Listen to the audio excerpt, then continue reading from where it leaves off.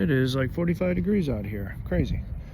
All right. So, as far as Christian channels go with their content, I want to point out something pretty clear because it bothers a lot of people. And it's like, well, why don't you always talk about, the Bible verses and scripture? Why don't you always do that?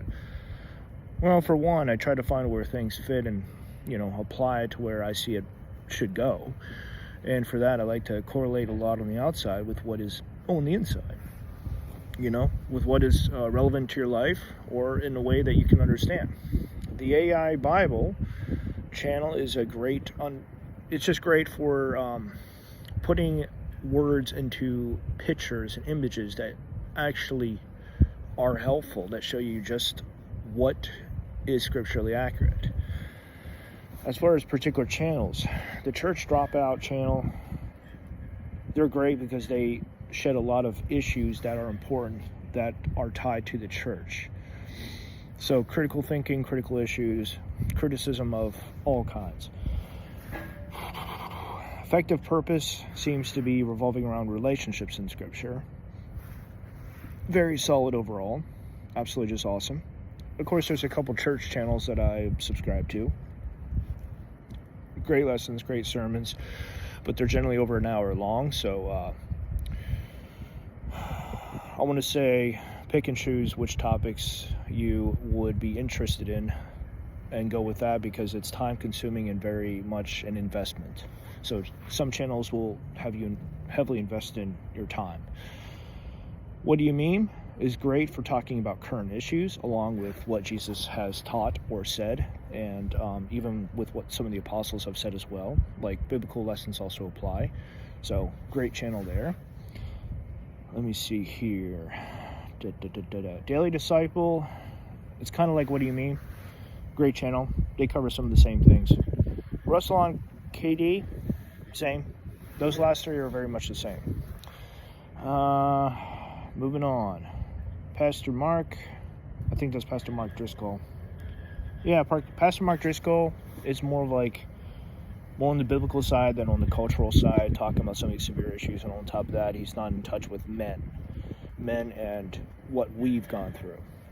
He's also been called out for being a false pastor, preacher. But honestly, I think since everyone's human, we're allowed to make mistakes. You can't just simply hold someone up to a standard and expect them to always be like that and to be perfect and without fault. All right. Armor of God, Pastor Daniel. I want to say Impact Ministries, but no, that's wrong. That's not even the name of their channel. Oh, Impact Video Ministries. It is, never mind. And that's like a channel with visual illustrations on biblical stuff. Okay. Metatron is a good channel that I liked watching some videos from because it's all over the place, and there's some good stuff there. Followers of Christ, I don't know enough to say about them. Ministry of the Lamb, I think most people follow her because she's attractive and not because she's actually accurate with what she says half the time. I like some of what she says, but it's from a female perspective, and that's very biased. So with all due respect, I think she's off on quite a bit. Of course, I've left comments, I've tagged her and stuff, but you know what? She never bothered to respond back, so whatever. By the way, I want to say that a female perspective is needed on some of these issues just because they are incredibly important, and women and men are supposed to be a team. All right, what else do we have here? Above Reproach.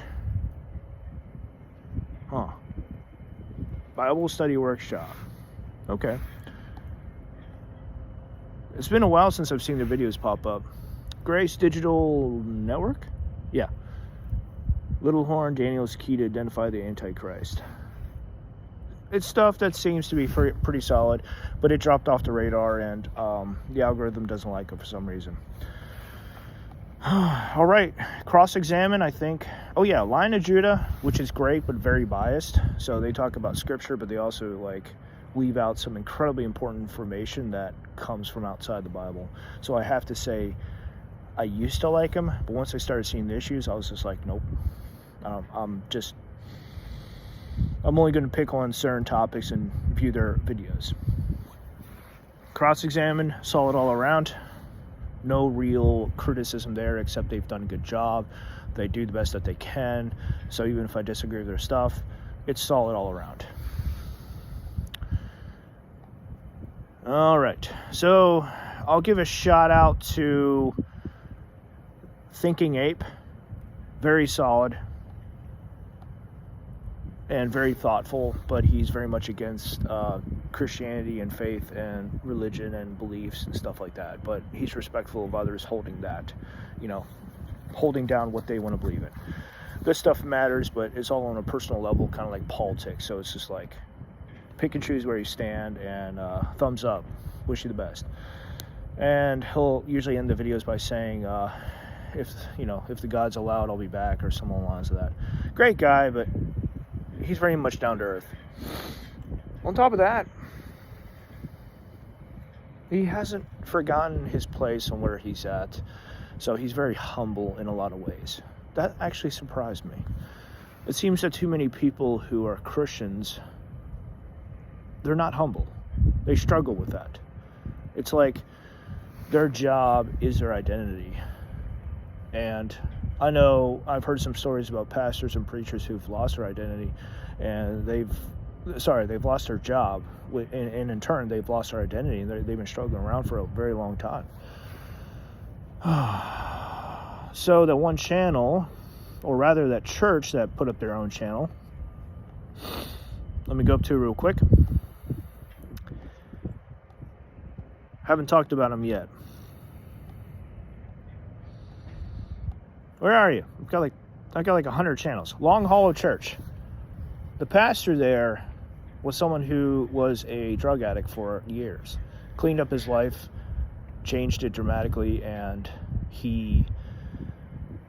I don't want to say he's radical, but I want to say he's like, everything changed, and he's back on fire for God, so to speak. And it's really awesome to hear these stories of people's lives who turned around.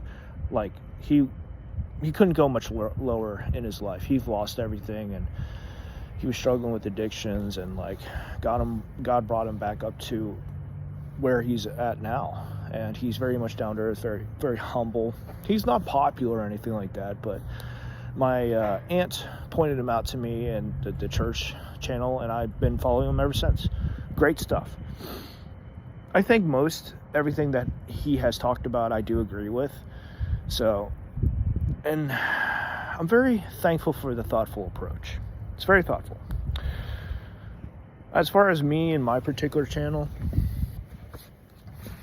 my content is very special in the sense of it's not for beginners. It's not for those who are looking for just scripture verses and nothing but scripture. It's about a combination of several factors. What is personal to me, like my understanding of scripture. There are some concepts, some parts of stories that have stood out to me that I try to point out to them. So consider this like all advanced stuff. And lastly, I try to find correlations and parallels between what is in the Bible and what is outside the Bible, between church and society, putting it very simply. This matters in a very important way, in the way like the AI Bible channel exists, to show visualizations of what is there. However, I try to make sure it applies to your life. As far as one of the last videos that I did, talking about the difference between Tenno and God and Jesus, it's illustrations from a gamer's perspective on spiritual stuff. It's very deep, and I've been invested in that for like 4 years. So I've noticed a lot of things. It's just amazing. Mostly because being set up to save or be saved is not something that ever happens. And this is just an example, nothing more. Beyond that, everything else is very kind of like, okay, I can see how that fits. Like, for example, I'll be talking about eternalism, and it's the two other parts of it that are very interesting that Warframe throws out. Honestly, I think eternalism actually fits here in our lives, because, or rather, will fit in our lives, not now. But how is a mystery. The past matters, because if it didn't, we wouldn't be judged. The future matters, because we rest our hopes in a future that is not here. It may not come for who knows how many years, hundreds, thousands of years. Now, whether or not it all exists at the same time is up for speculation. I mean, deja vu, which has happened to me multiple times per year, is something that I find very interesting. The older I get, the less it happens. I think in the past 10 years, it's only happened like once a year or less. Once it's gone, it's over. And it's hard to remember. When I was younger, I used to remember this all the time. I was just like, oh, this is so crazy. I remember this. I was here. This is so familiar. Some things can be explained, while other things will just take time. All right, that's it for now.